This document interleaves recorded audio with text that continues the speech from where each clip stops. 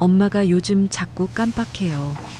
막내 아들의 말에 회의실에 모인 사람들의 시선이 일제히 해숙에게 꽂혔습니다.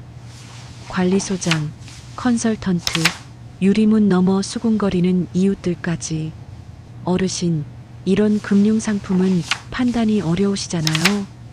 컨설턴트가 웃으며 말했어요. 웃음 속에 비수가 숨어 있었죠. 해숙은 입을 열려 했지만 목이 잠겼습니다.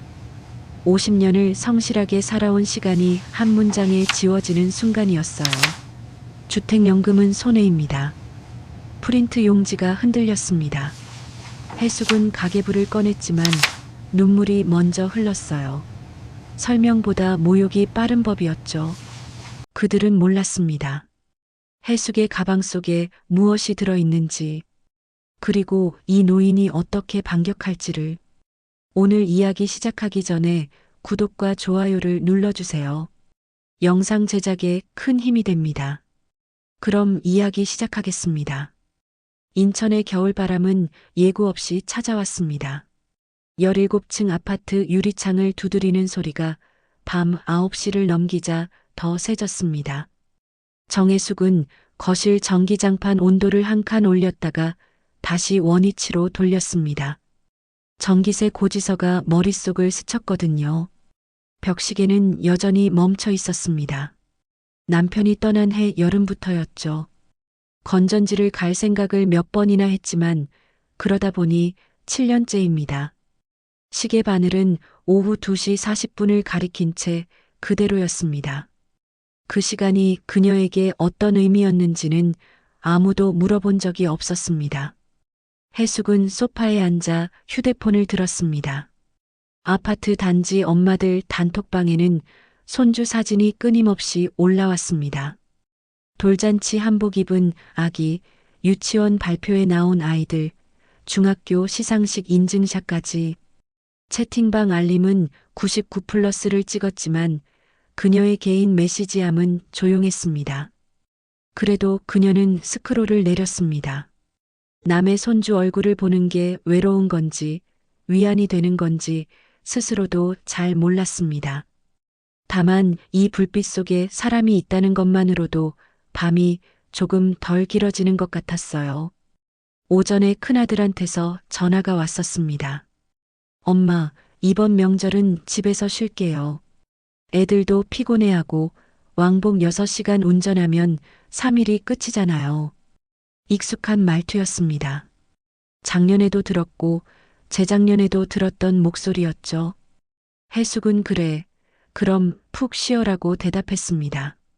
더 이상 물어보지 않았어요. 물어봐도 대답은 같았으니까요. 딸은 카톡으로 사진 한 장을 보냈습니다. 중학생 손녀가 학원 앞에서 찍은 셀카였어요. 메시지는 간단했습니다. 엄마 미안해요. 겨울 방학 특강 스케줄이 꽉 찼어요. 설에는 꼭 갈게요. 설도 결국 못 올 거라는 걸 해숙은 알고 있었습니다. 입시라는 단어 앞에서는 모든 게 뒤로 밀렸거든요. 그녀는 하트 이모티콘 하나를 눌렀습니다. 더 보낼 말이 없었어요. 막내 아들은 연락이 없었습니다. 2달째였습니다.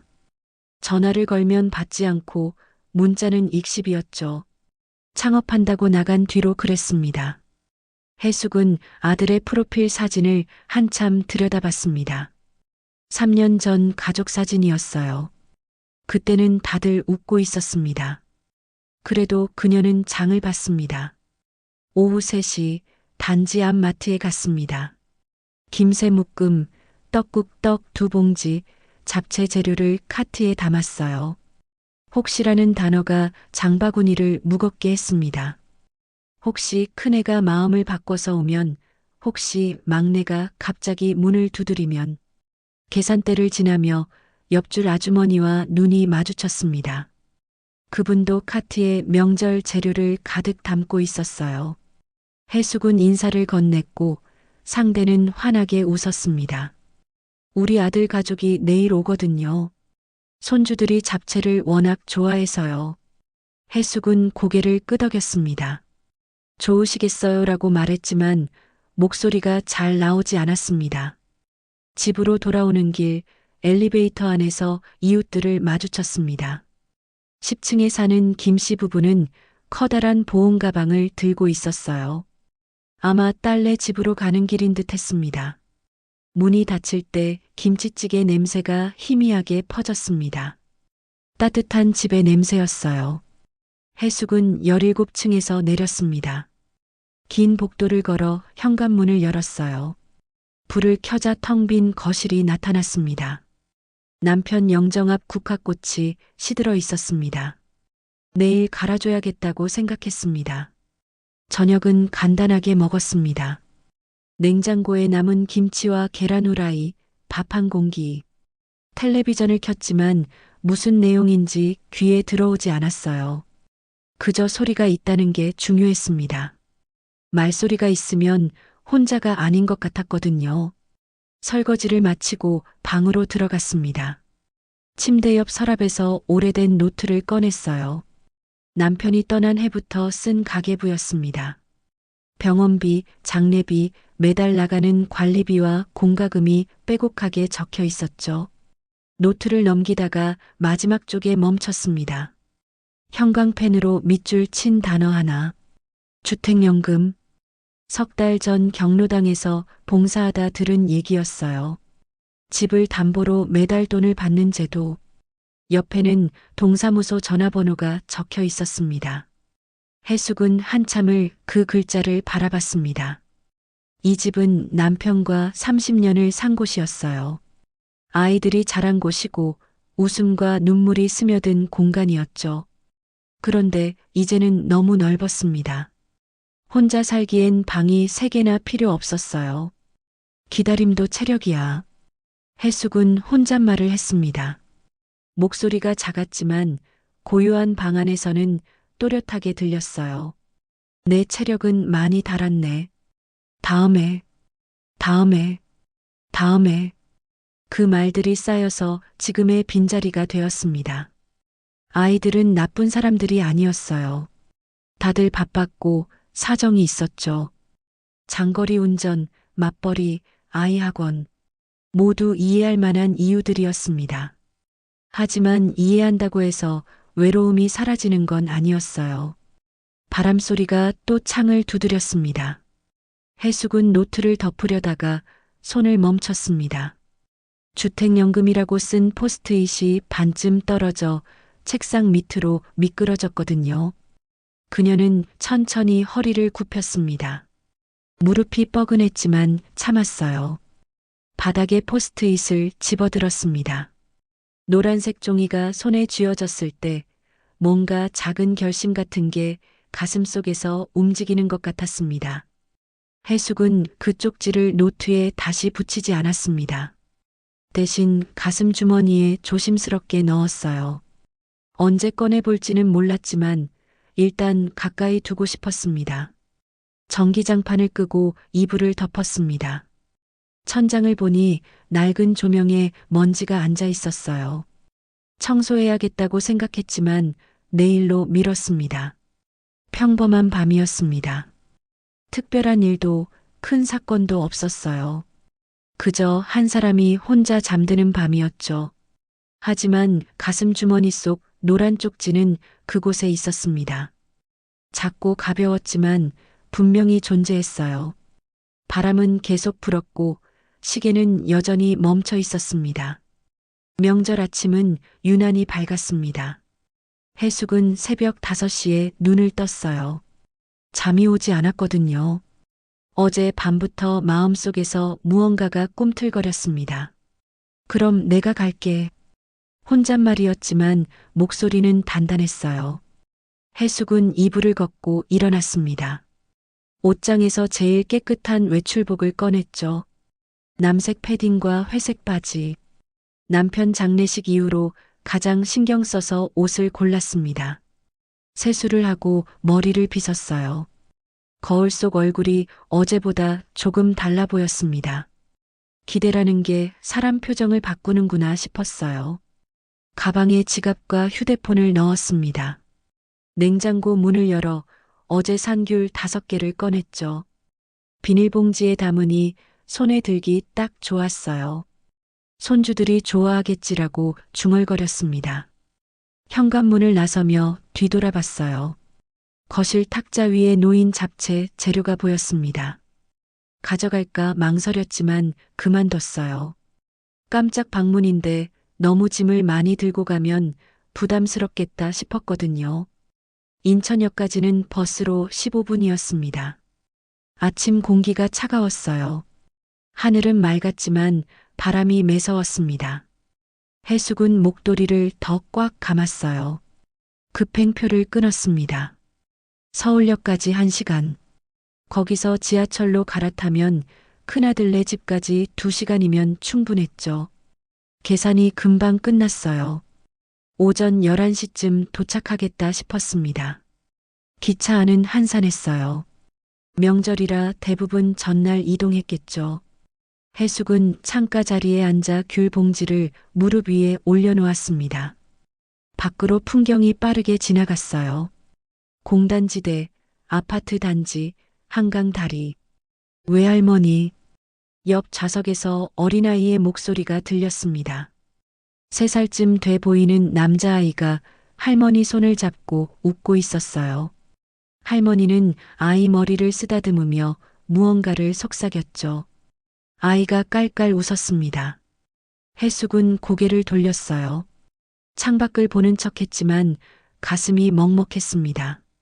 서울역에 내려 지하철로 갈아탔어요. 가락시장역에서 한 번 더 내렸습니다. 역 근처 분식집에 들어가 김밥 2줄을 샀어요. 참치김밥과 야채김밥. 점심때쯤 되면 아이들이 출출할 거라 생각했거든요. 따뜻하게 싸드릴까요? 주인 아주머니가 물었습니다. 네, 부탁드려요. 김밥을 받아들자 손에서 온기가 전해졌어요. 해숙은 귤 봉지와 김밥을 양손에 나눠들었습니다. 무게가 있었지만 기분이 좋았어요. 깜짝 방문이라는 단어가 마음을 데웠습니다. 지하철을 한 번 더 타고 목적지에 가까워졌어요. 이제 2정거장 남았다는 안내방송이 나왔을 때였습니다. 휴대폰이 울렸어요. 큰아들이었습니다. 해숙은 잠깐 망설였지만 전화를 받았어요. 여보세요. 어머니. 목소리가 평소와 달랐습니다. 조금 굳어 있었어요. 혹시 지금 어디세요? 응? 나 서울 왔어. 너희 보러. 전화기 너머로 잠깐 침묵이 흘렀습니다. 짧았지만 긴 시간이었어요. 어머니, 왜 미리 말씀 안 하셨어요? 깜짝 선물이지 뭐. 해숙은 웃으려 했지만 목소리가 떨렸습니다. 어머니, 지금 집에 사람이 많거든요. 처가댁 식구들이랑 다 모여서요. 주무실 데도 없고 애들도 사촌들이랑 일정이 다 잡혀 있어요. 공손한 말투였어요. 하지만 그 뒤에 단호함이 있었습니다. 해숙은 김밥을 든 손에 힘이 빠지는 걸 느꼈어요. 나는 버스 타면 되지. 그게 아니라 오시면 어머니도 불편하시고 저희도 난처해요. 다음에 조용할 때 오세요. 제대로 모시게. 그래. 해숙은 짧게 대답했습니다. 더 이상 할 말이 없었거든요.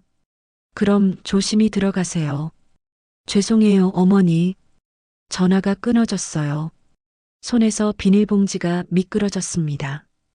귤 하나가 바닥에 굴러갔어요.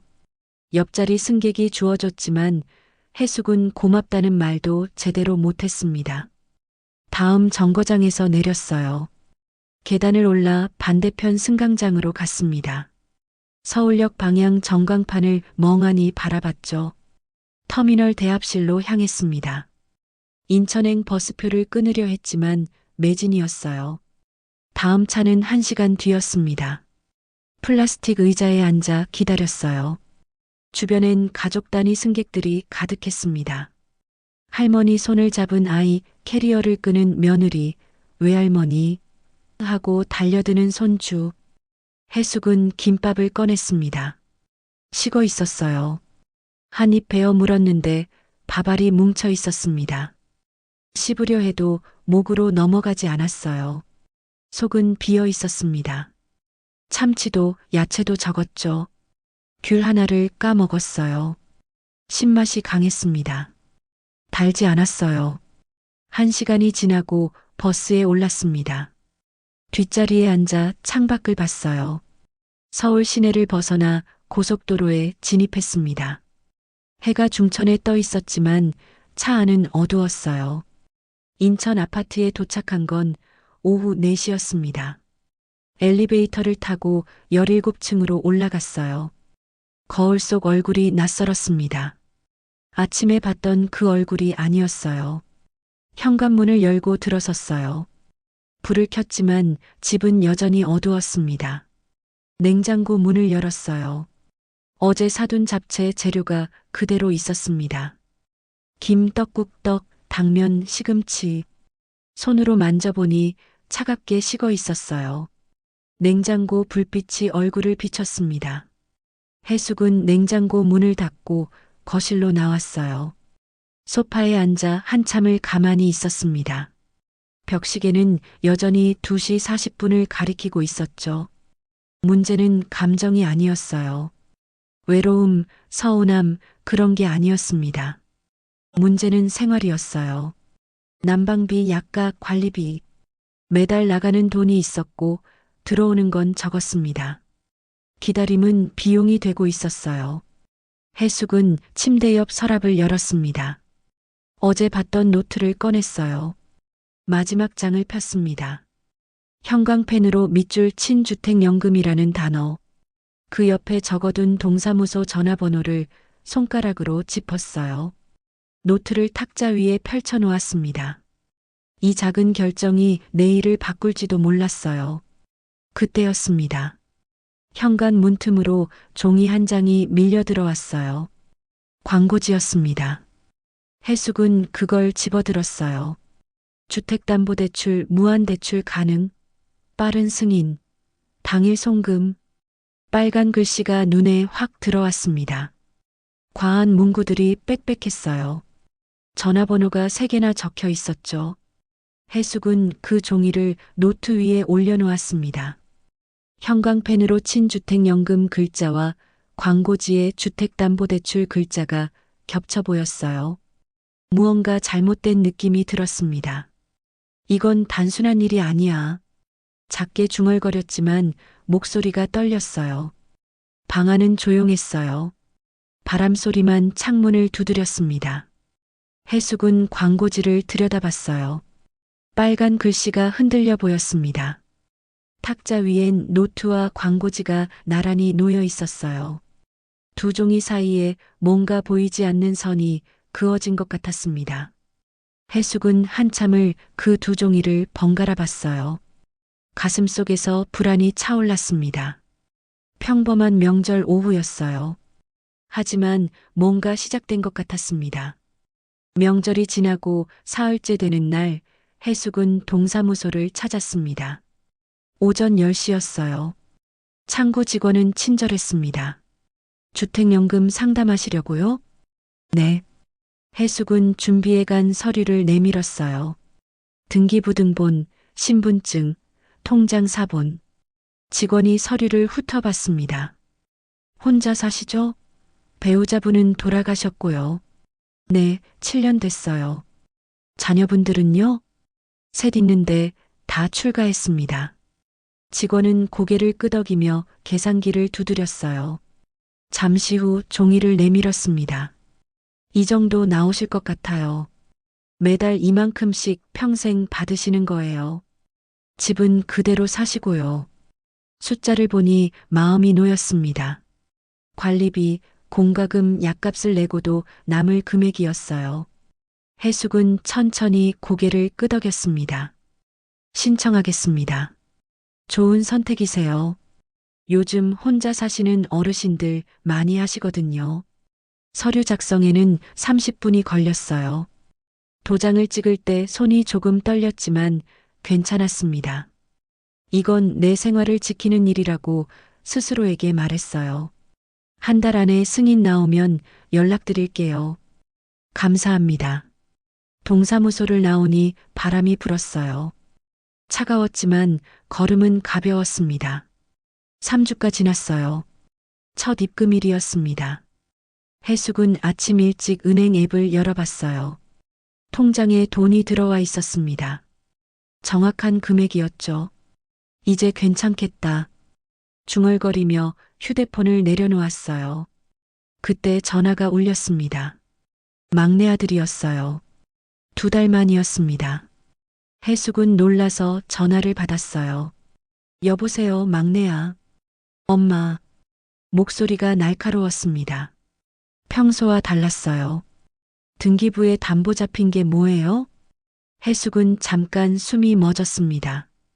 그게 뭐냐면, 주택연금이요? 왜 말도 안 하고 그런 걸 하셨어요? 내 생활비 때문에 그랬어. 혼자 살려면 돈이 필요하잖니. 그래도 상의는 해야죠. 그 집 나중에 어떻게 되는지 알아요? 말투가 빨라졌어요. 따지는 느낌이었습니다. 나는 내가 살 곳만 있으면 돼. 엄마는 그래도 저희는요? 그 집이 재산인데. 해숙은 말문이 막혔어요.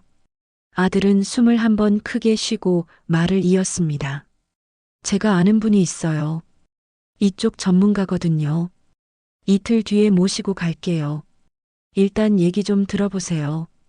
아니, 그럴 필요 없어. 엄마, 손해보시는 거예요. 제발 한 번만 들어보세요.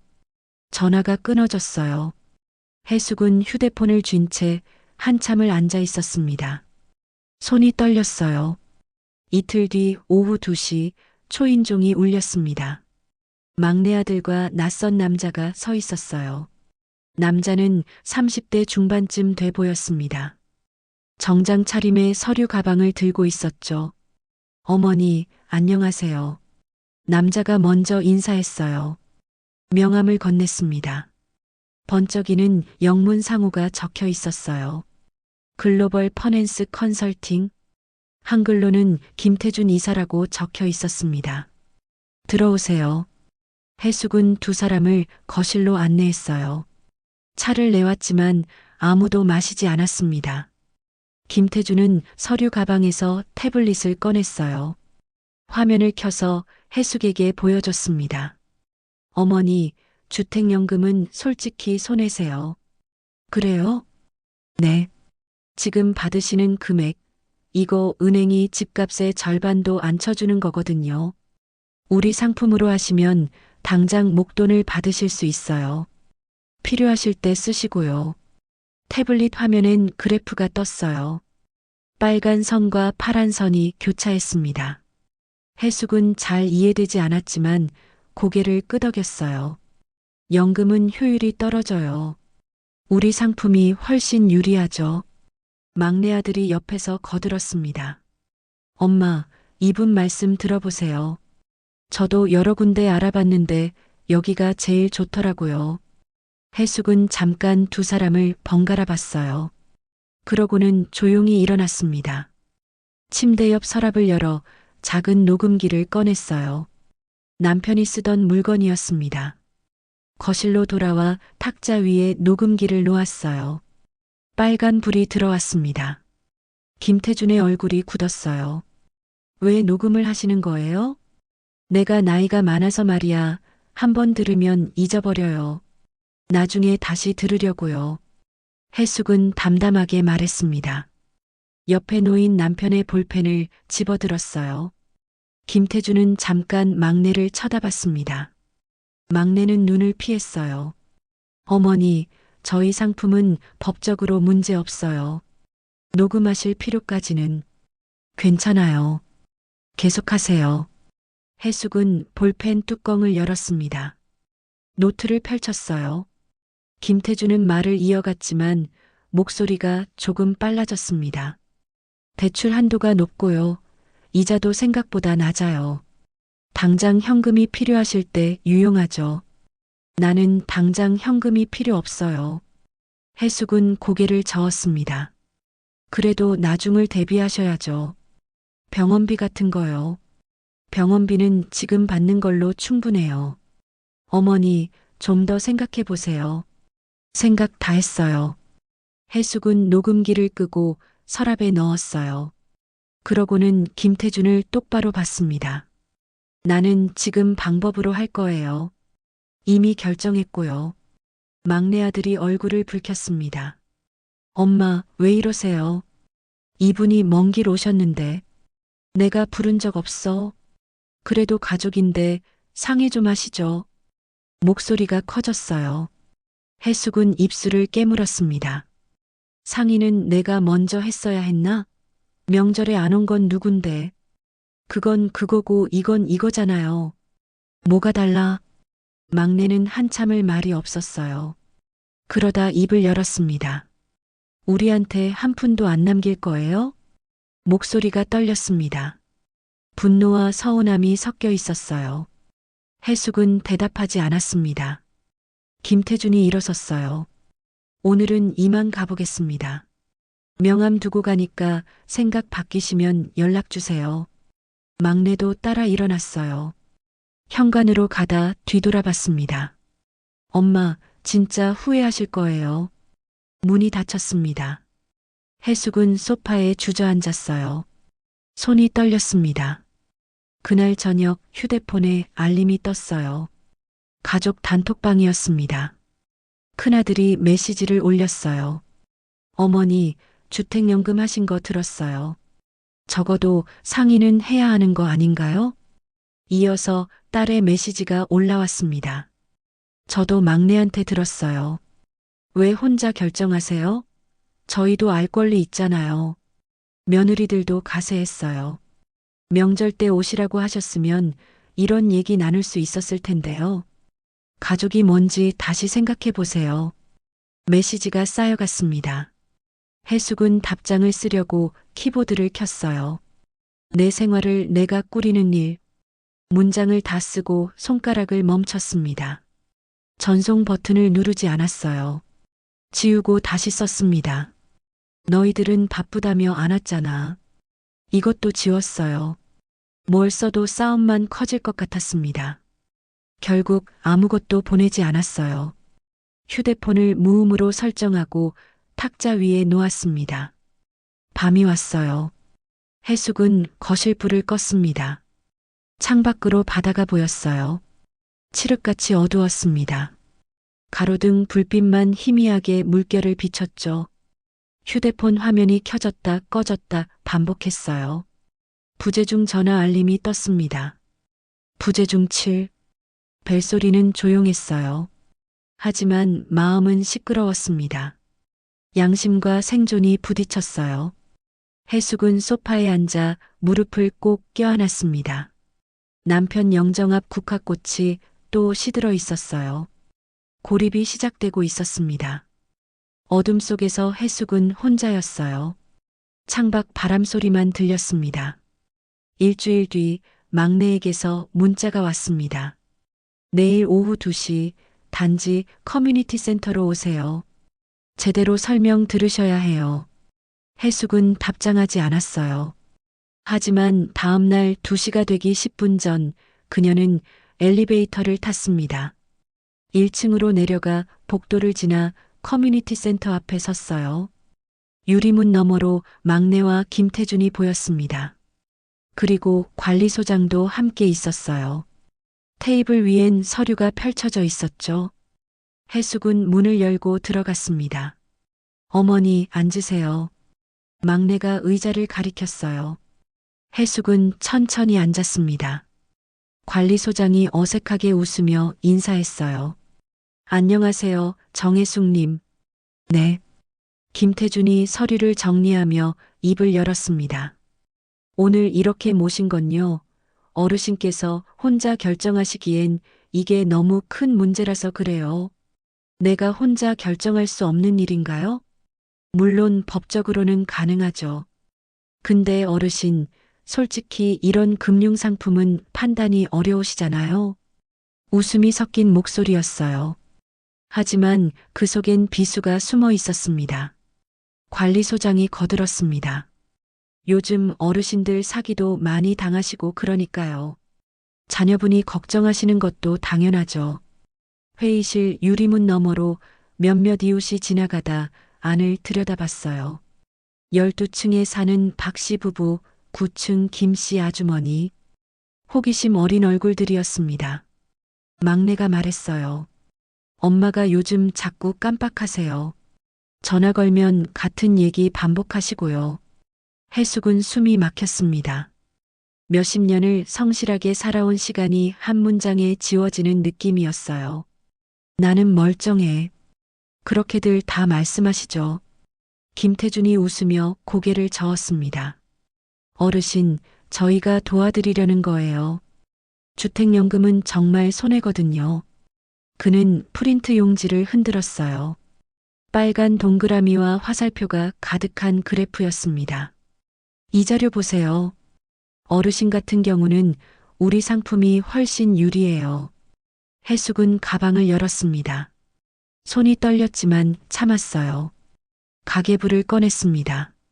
남편이 쓰던 볼펜도 함께요. 나는 이걸 50년 넘게 써왔어요. 매달 들어오고 나가는 거 다 기록했고요. 가계부를 펼쳐 보였습니다. 빼곡한 숫자들이 가득했어요. 그리고 지난번 대화는 녹음했어요. 휴대폰을 꺼내 녹음 앱을 보여줬습니다. 파일 목록이 떴어요. 김태준의 얼굴이 굳었습니다. 막내는 눈살을 찌푸렸어요. 엄마, 왜 그렇게까지 하세요?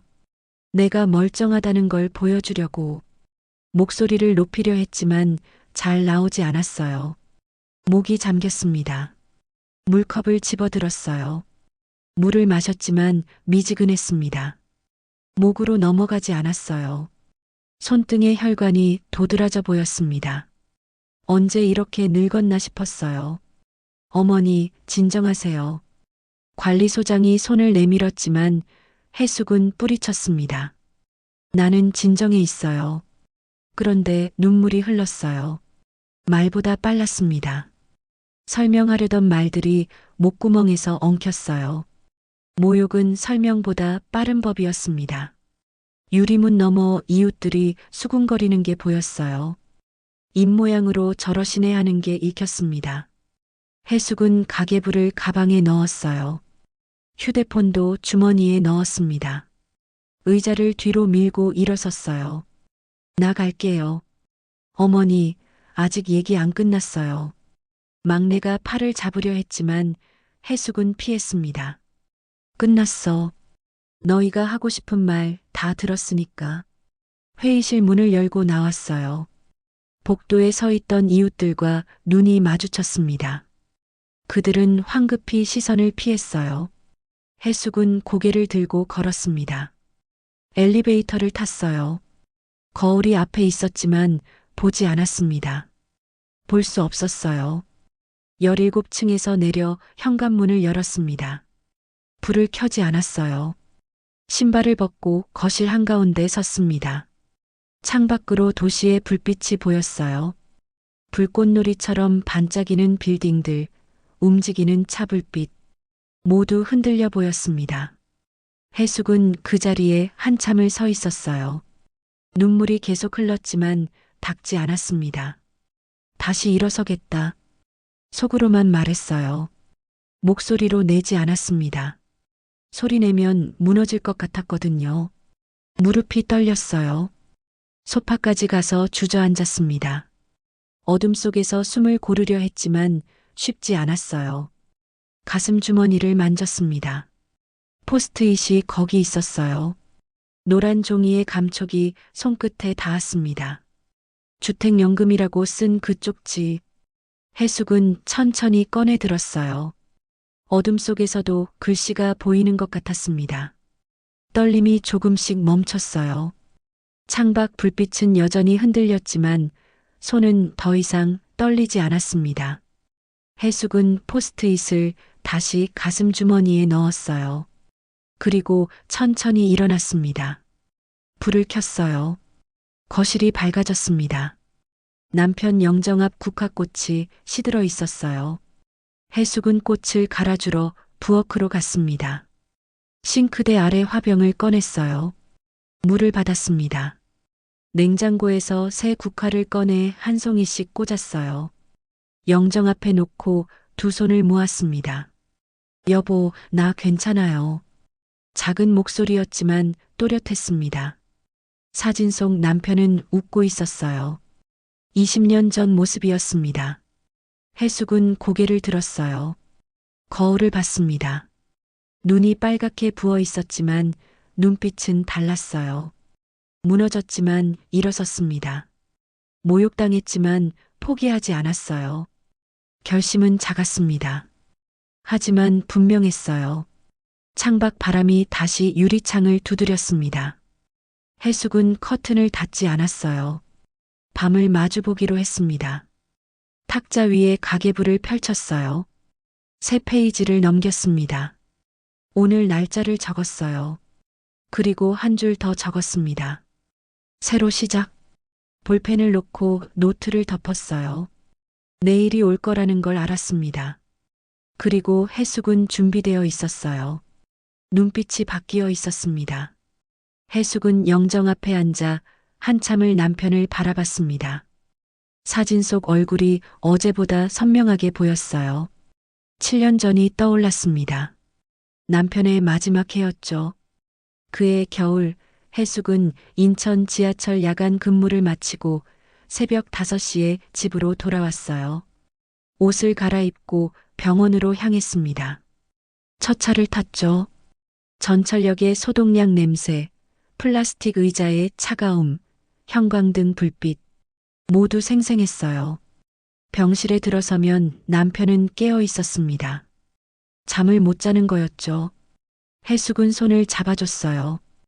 아무 말 없이 1시간을 앉아 있다 집으로 돌아왔습니다. 집에서는 미역국을 끓였어요. 냉장고에 남은 재료로 반찬을 만들었죠. 아이들이 병문안 올 때를 대비해서였어요.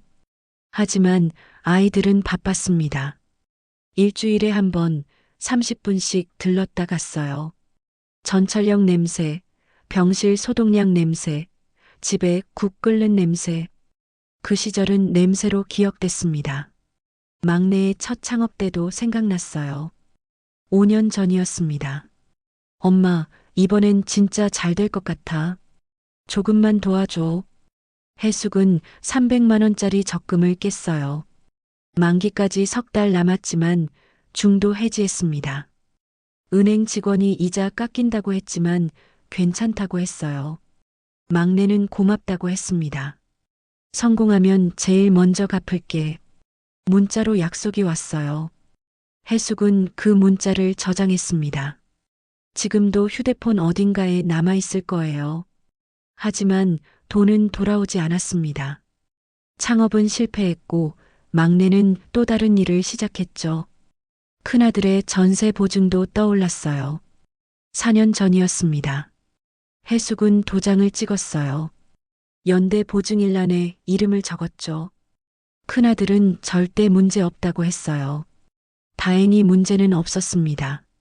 하지만 그 서류에 도장 찍을 때 손이 떨렸던 기억이 났어요. 딸의 유학원 등록비도 있었어요. 손녀가 중학생 때였습니다. 200만 원을 송금했죠. 딸은 엄마 덕분에 애가 좋은데 갈 수 있을 것 같아라고 했어요. 가계부를 펼쳐봤습니다. 그 내역이 다 있었어요. 날짜, 금액, 용도. 가계부는 가족의 연대기였습니다. 그 시절 해숙은 기다림을 희망이라고 믿었어요. 아이들이 잘 되길 기다렸고 언젠가 함께할 날을 기다렸죠. 오늘의 해숙은 기다림을 다르게 불렀습니다. 고립, 혼자 남겨지는 것. 사진 속 남편이 미소 지었어요. 그가 살아있을 때 했던 말이 떠올랐습니다. 사는 건 버티는 거지. 말이 없던 사람의 유일한 농담이었어요. 웃으면서 했지만 진담이었습니다. 해숙은 눈가를 닦았어요. 눈물이 또 흘렀지만 이번엔 다른 느낌이었습니다. 슬픔보다는 정리에 가까웠어요. 의자를 당겨 앉았습니다. 탁자 위에 가계부가 있었어요. 손등에 주름이 깊게 파여 있었습니다. 언제 이렇게 늙었나 싶었죠. 하지만 펜을 쥔 손은 단단했어요. 해숙은 새 페이지를 펼쳤습니다. 오늘 날짜를 적고 그 밑에 한 줄을 더 썼어요. 중요한 것 가족, 정, 희생. 펜을 멈추고 그 문장을 바라봤습니다. 50년을 이렇게 살았어요. 틀린 건 아니었습니다. 하지만 충분하지도 않았어요. 해숙은 그 밑에 한 줄을 더했습니다. 그리고 나 자신. 네 글자였지만 무거웠어요. 쓰고 나니 가슴이 두근거렸습니다. 노트를 덮었어요. 볼펜을 옆에 놓았습니다. 창밖을 봤어요. 밤하늘에 별이 보였습니다. 인천 바다 쪽 하늘은 늘 흐렸는데 오늘은 맑았어요. 해숙은 깊게 숨을 들이쉬었습니다.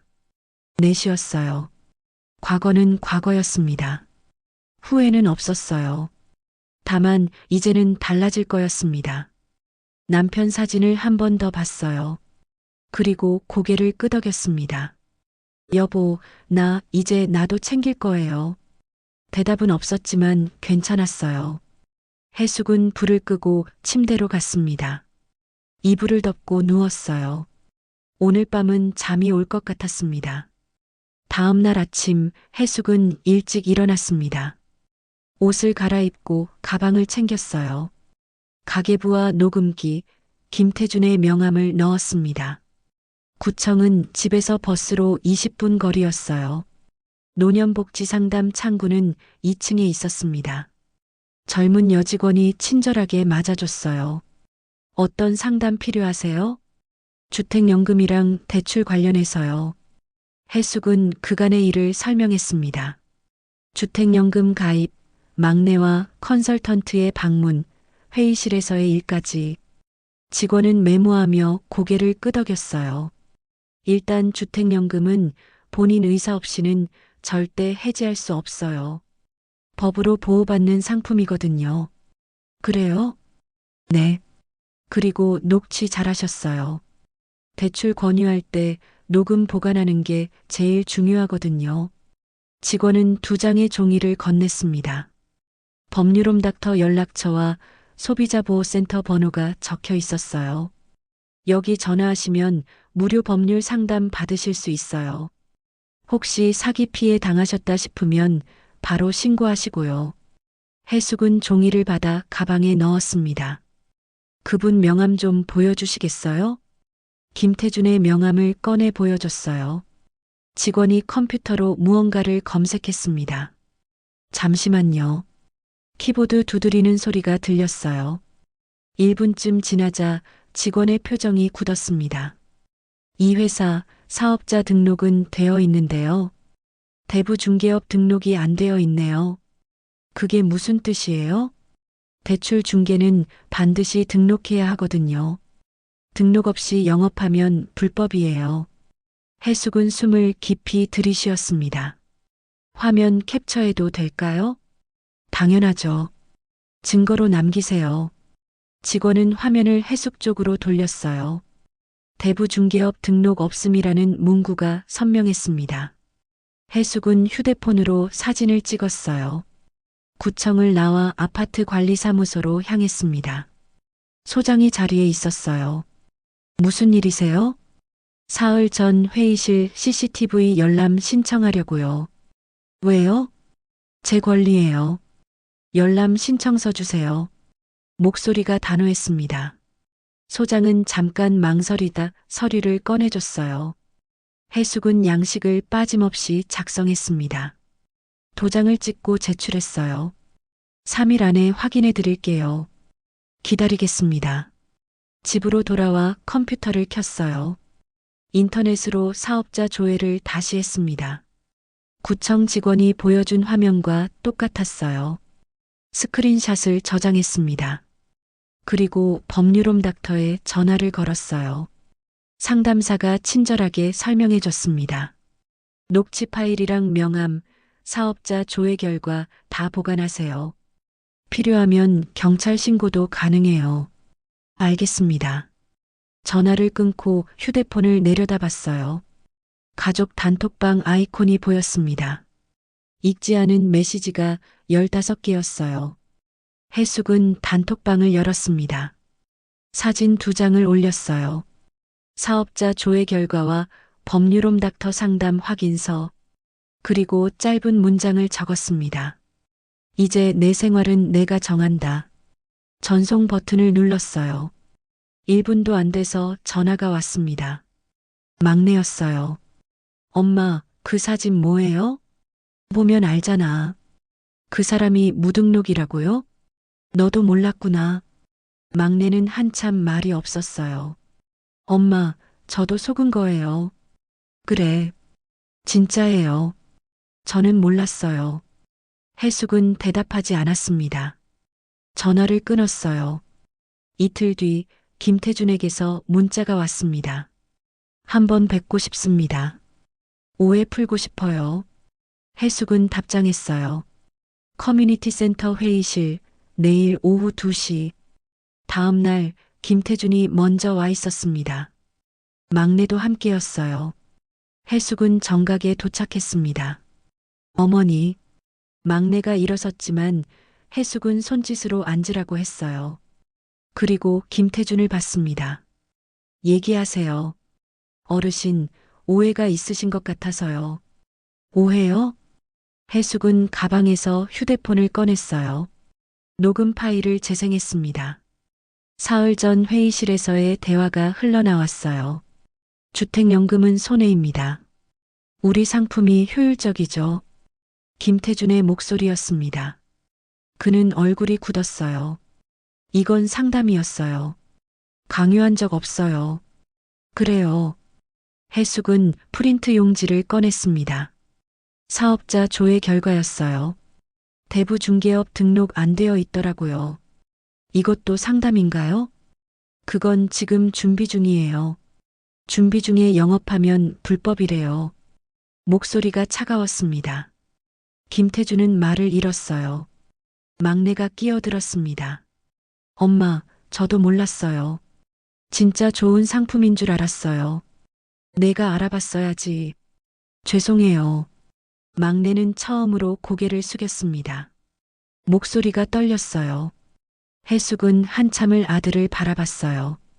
그러고는 김태준을 봤습니다. 다시는 연락하지 마세요. 명함도 버렸어요. 어르신, 끝났어요. 해숙은 자리에서 일어났습니다. 가방을 들고 회의실 문을 열었어요. 막내가 뒤따라 나왔습니다. 엄마, 저 용서해 주세요. 생각해 볼게. 언제까지요? 모르겠어. 해숙은 엘리베이터를 탔어요. 막내는 따라오지 않았습니다. 17층에 도착해 현관문을 열었어요. 불을 켜고 창문을 열었습니다. 바람이 들어왔어요. 차갑지만 상쾌했습니다. 밤이 왔어요. 해숙은 창밖을 봤습니다. 바다가 잔잔했어요. 파도 소리가 들리지 않았습니다. 바람은 여전히 매서웠지만 해숙은 창문을 닫는 법을 알게 됐어요. 손잡이를 돌려 창을 닫았습니다. 바람 소리가 멈췄어요. 거실은 조용했습니다. 하지만 무섭지 않았어요. 해숙은 소파에 앉아 차를 마셨습니다. 따뜻했어요. 휴대폰 화면을 켰어요. 막내에게서 문자가 와 있었습니다. 엄마, 정말 죄송합니다. 기다릴게요. 읽고 휴대폰을 내려놨어요. 답장은 하지 않았습니다. 경계는 배우는 중이었어요. 판세가 뒤집힌 밤이었습니다. 그래도 그녀는 장을 봤습니다. 오후 3시 단지 앞 마트에 갔습니다. 김새 묶음, 떡국떡 2봉지, 잡채 재료를 카트에 담았어요. 혹시라는 단어가 장바구니를 무겁게 했습니다. 혹시 큰애가 마음을 바꿔서 오면, 혹시 막내가 갑자기 문을 두드리면, 계산대를 지나며 옆줄 아주머니와 눈이 마주쳤습니다. 그분도 카트에 명절 재료를 가득 담고 있었어요. 해숙은 인사를 건넸고 상대는 환하게 웃었습니다. 우리 아들 가족이 내일 오거든요. 손주들이 잡채를 워낙 좋아해서요. 해숙은 고개를 끄덕였습니다. 좋으시겠어요라고 말했지만 목소리가 잘 나오지 않았습니다. 집으로 돌아오는 길 엘리베이터 안에서 이웃들을 마주쳤습니다. 10층에 사는 김 씨 부부는 커다란 보온 가방을 들고 있었어요. 아마 딸네 집으로 가는 길인 듯 했습니다. 문이 닫힐 때 김치찌개 냄새가 희미하게 퍼졌습니다. 따뜻한 집의 냄새였어요. 해숙은 17층에서 내렸습니다. 긴 복도를 걸어 현관문을 열었어요. 불을 켜자 텅 빈 거실이 나타났습니다. 남편 영정 앞 국화꽃이 시들어 있었습니다. 내일 갈아줘야겠다고 생각했습니다. 저녁은 간단하게 먹었습니다. 냉장고에 남은 김치와 계란 후라이, 밥 한 공기. 텔레비전을 켰지만 무슨 내용인지 귀에 들어오지 않았어요. 그저 소리가 있다는 게 중요했습니다. 말소리가 있으면 혼자가 아닌 것 같았거든요. 설거지를 마치고 방으로 들어갔습니다. 침대 옆 서랍에서 오래된 노트를 꺼냈어요. 남편이 떠난 해부터 쓴 가계부였습니다. 병원비, 장례비, 매달 나가는 관리비와 공과금이 빼곡하게 적혀 있었죠. 노트를 넘기다가 마지막 쪽에 멈췄습니다. 형광펜으로 밑줄 친 단어 하나. 주택연금. 석 달 전 경로당에서 봉사하다 들은 얘기였어요. 집을 담보로 매달 돈을 받는 제도. 옆에는 동사무소 전화번호가 적혀 있었습니다. 해숙은 한참을 그 글자를 바라봤습니다. 이 집은 남편과 30년을 산 곳이었어요. 아이들이 자란 곳이고 웃음과 눈물이 스며든 공간이었죠. 그런데 이제는 너무 넓었습니다. 혼자 살기엔 방이 3개나 필요 없었어요. 기다림도 체력이야. 해숙은 혼잣말을 했습니다. 목소리가 작았지만 고요한 방 안에서는 또렷하게 들렸어요. 내 체력은 많이 달았네. 다음에, 다음에, 다음에. 그 말들이 쌓여서 지금의 빈자리가 되었습니다. 아이들은 나쁜 사람들이 아니었어요. 다들 바빴고 사정이 있었죠. 장거리 운전, 맞벌이, 아이 학원. 모두 이해할 만한 이유들이었습니다. 하지만 이해한다고 해서 외로움이 사라지는 건 아니었어요. 바람소리가 또 창을 두드렸습니다. 해숙은 노트를 덮으려다가 손을 멈췄습니다. 주택연금이라고 쓴 포스트잇이 반쯤 떨어져 책상 밑으로 미끄러졌거든요. 그녀는 천천히 허리를 굽혔습니다. 무릎이 뻐근했지만 참았어요. 바닥에 포스트잇을 집어들었습니다.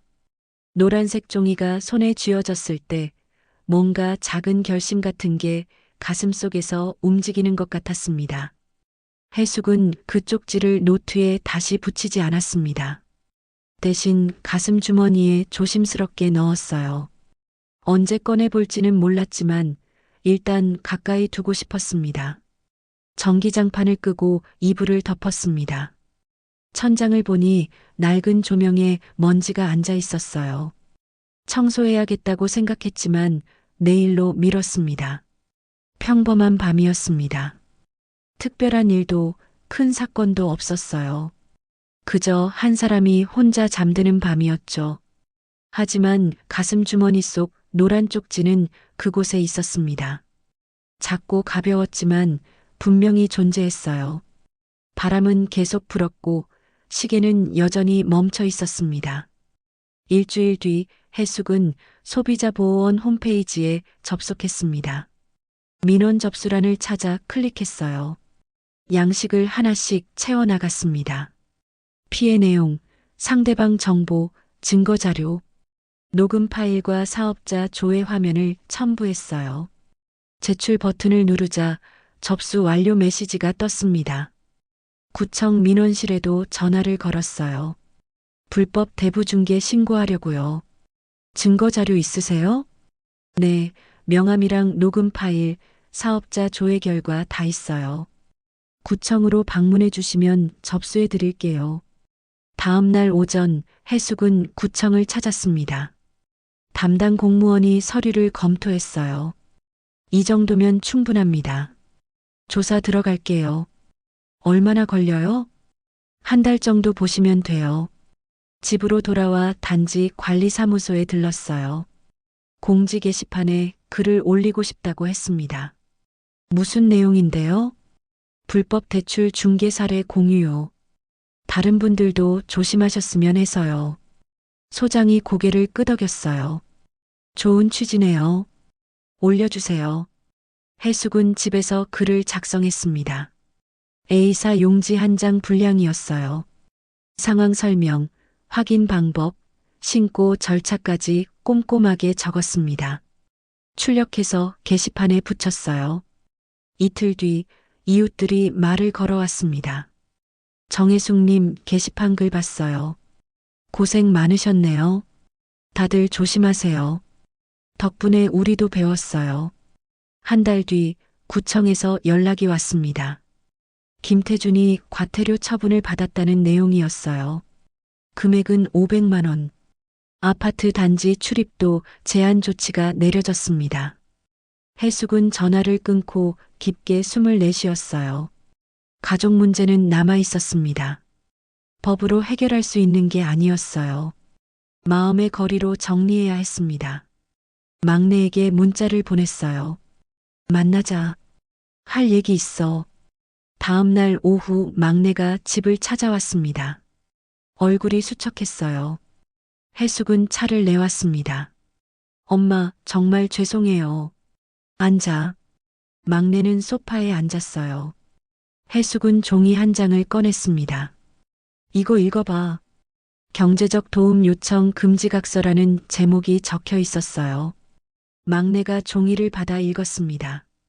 앞으로 엄마에게 돈 빌려달라거나 보증서라는 말 안 할게요. 이거 어기면 연락 중단. 막내의 손이 떨렸어요. 엄마, 이렇게까지 해야 해요? 그래야 할 것 같아. 저를 믿어주세요. 믿음은 쌓는 거야. 지금은 없어. 해숙의 목소리는 단단했습니다. 막내는 고개를 떨구고 볼펜을 집었어요. 각서 하단에 이름을 적고 도장을 찍었습니다. 그리고 당분간 연락 안 할 거야. 얼마 동안이요? 6개월. 그동안 너도 정리해. 막내는 대답하지 못했어요. 고개만 끄덕였습니다. 문을 나서며 뒤돌아봤습니다. 엄마, 사랑해요. 해숙은 대답하지 않았어요. 문이 닫혔습니다. 큰아들과 딸에게서는 메시지가 왔어요. 긴 사과문이었습니다. 어머니, 저희가 잘못했어요. 바쁘다는 핑계로 무관심했네요. 엄마, 미안해요. 앞으론 자주 연락할게요. 해숙은 답장을 썼습니다. 명절엔 영상통화로 하자. 평소에 오고 싶으면 미리 말해. 나도 준비할 시간 필요해. 현실적인 합의였어요. 큰아들이 먼저 답했습니다. 알겠습니다.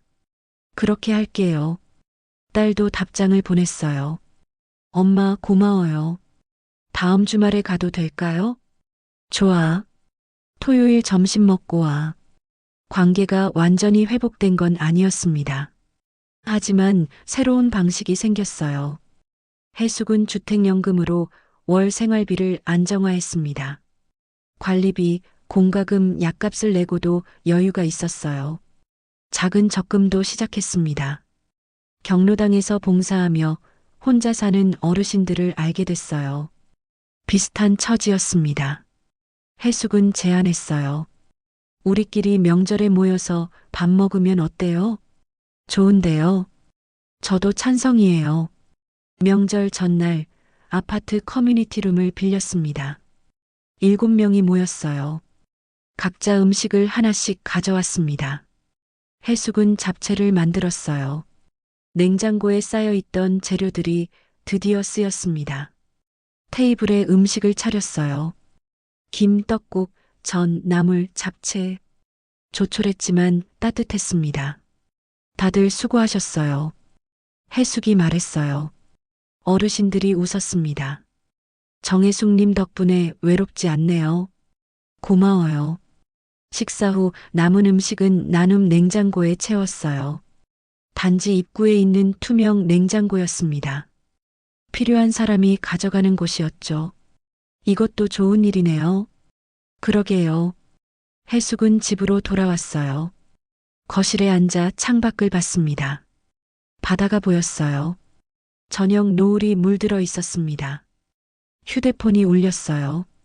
영상통화였습니다. 큰아들이었어요. 해숙은 받았습니다. 어머니, 명절 잘 보내셨어요? 응, 나 친구들이랑 밥 먹었어. 친구들이요? 경로당에서 만난 분들. 다들 좋으셔. 화면 너머로 큰아들이 웃었어요. 어머니가 달라지신 것 같아요. 그래. 네. 좋아 보이세요.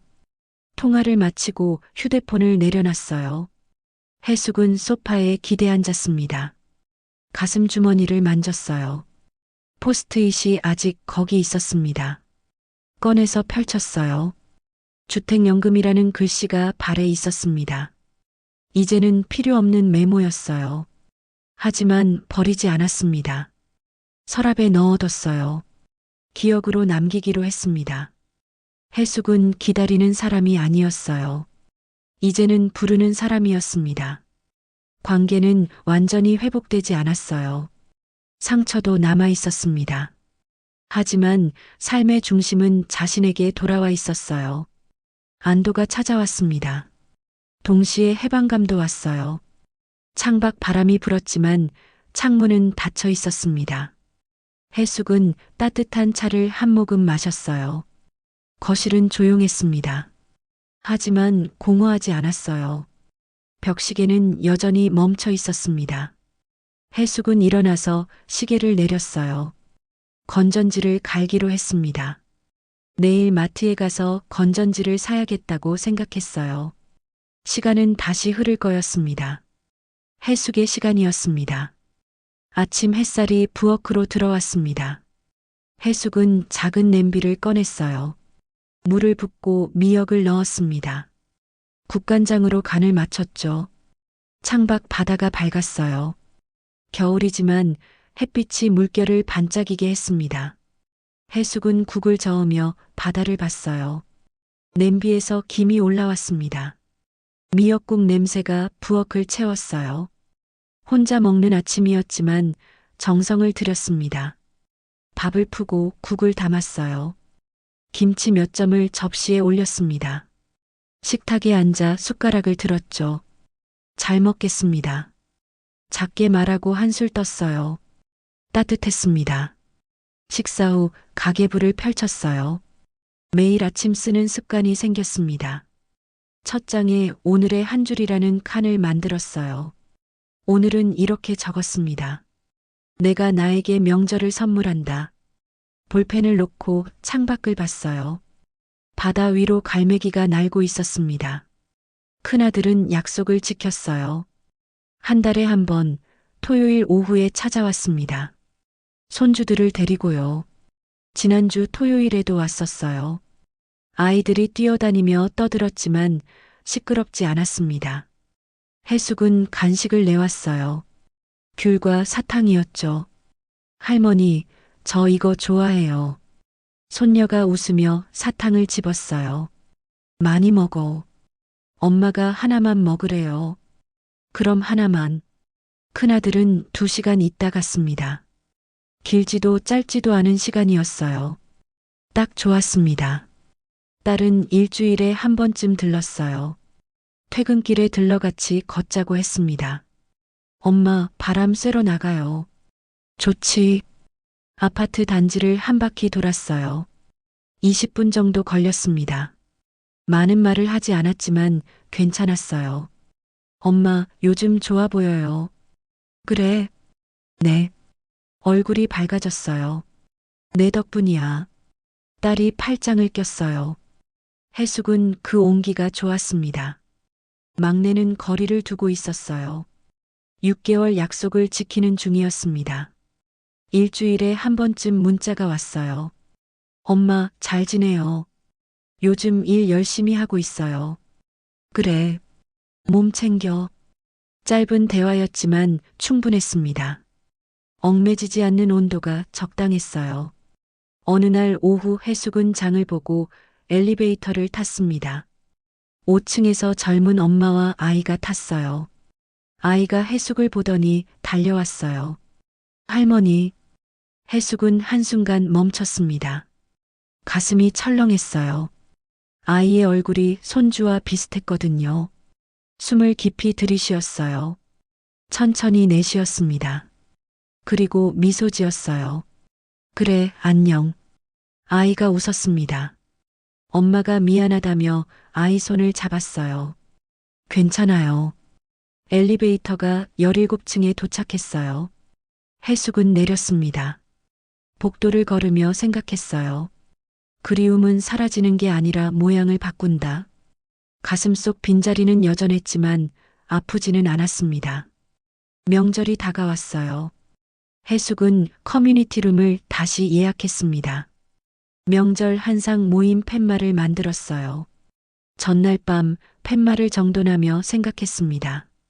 기다림은 상대를 위한 마음이 아니라 나를 잊지 않는 연습이어야 한다. 혼잣말이었지만 또렷했어요. 명절 당일 10명의 어르신이 모였습니다. 작년보다 3명 늘었어요.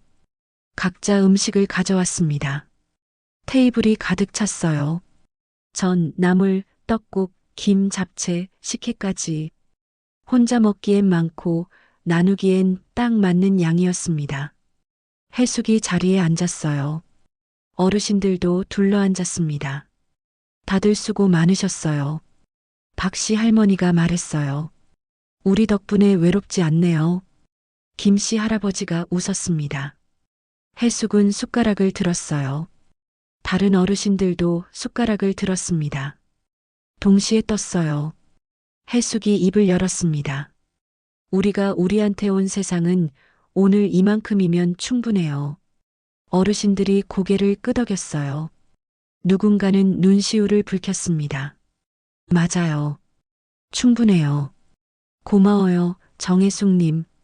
식사가 시작됐어요. 웃음소리가 방 안을 채웠습니다. 외로움이 아니라 따뜻함이었어요. 창밖으로 노을이 지고 있었습니다. 해가 바다 너머로 넘어갔어요. 모임이 끝나고 어르신들은 함께 나왔습니다. 엘리베이터를 타고 내려갔어요. 1층 로비에서 흩어질 때였어요. 박씨 할머니가 해숙의 손을 잡았습니다.